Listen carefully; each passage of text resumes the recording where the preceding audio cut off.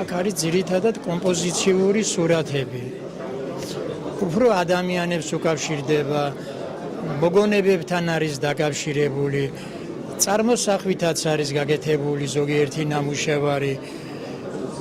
აი ძირითადად ეს ახლა რაც შეეხება პეიზაჟს, ნატურმოტივს, უფრო ნაკლებად მუშაობ ამ ჟანრებში. დღევანდელი გამოფენა გულწრფელად ვამბობ, არის ჩვენთვის მხატვრებისთვის ყოველ შემთხვევაში აღმოჩენა.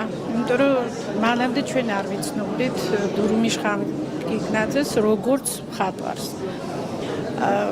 ის არ ითვლება პროფესიონალ მხატვრად, მაგრამ იყო ამაზე ლაპარაკი, რომ პროფესიონალი არის ის, ვისაც აქვს ნიჭი, შრომის უნარიანობა გააჩნია და ინტელექტი აუცილებლად.